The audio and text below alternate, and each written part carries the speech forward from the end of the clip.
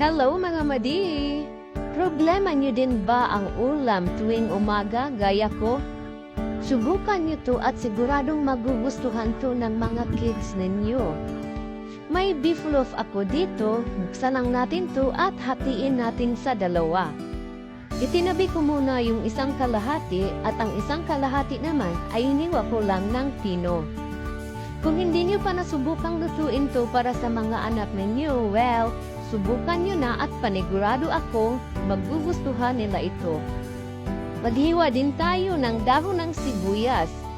Pino ang pagkahiwa ko nito para di naman mapansin ng mga anak ko na may sibuyas at nagadgad na rin ako dito ng carrot.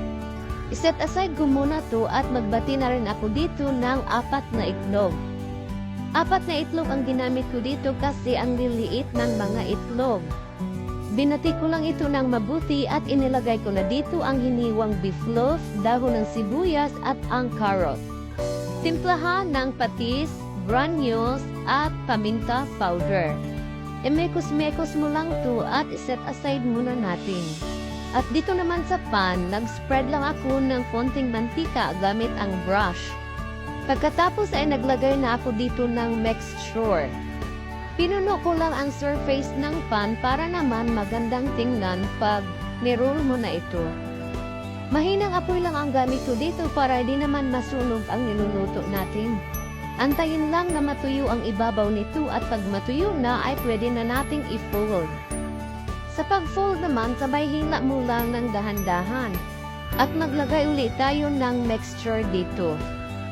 Same process lang hanggang sa matapos mo ang lahat. Pwedeng-pwede rin ito pang baon sa school ng mga anak ninyo, kaya subukan nyo na to at hindi kayo magsisisi. At kung umabot naman po kayo sa panonood hanggang dito, meaning nagustuhan nyo po ang videong to. Paki-comment naman po kung taga saan kayo para malaman natin kung saan aabot ang videong to. Ayan, at sa bandang dulo ay diinan lang natin ng konti para hindi bumuka ang ating niluluto.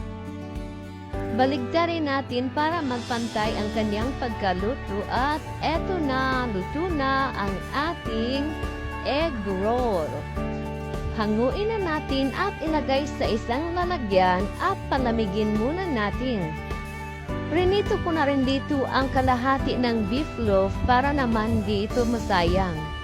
At ito luto na, hanguin na natin at ilagay natin sa isang lalagyan. At balikan natin ang ating egg roll. Eto malamig na at pwede na natin itong hiwain.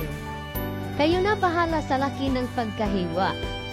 At ilagay na natin ito sa isang lalagyan. At eto na ang ating masarap na egg roll. At hindi na ako nakatiis dyan at kinain ko na ang isang slice ng egg roll. Ang sarap niya, promise. Try this one. Promise, magustuhan niyo talaga.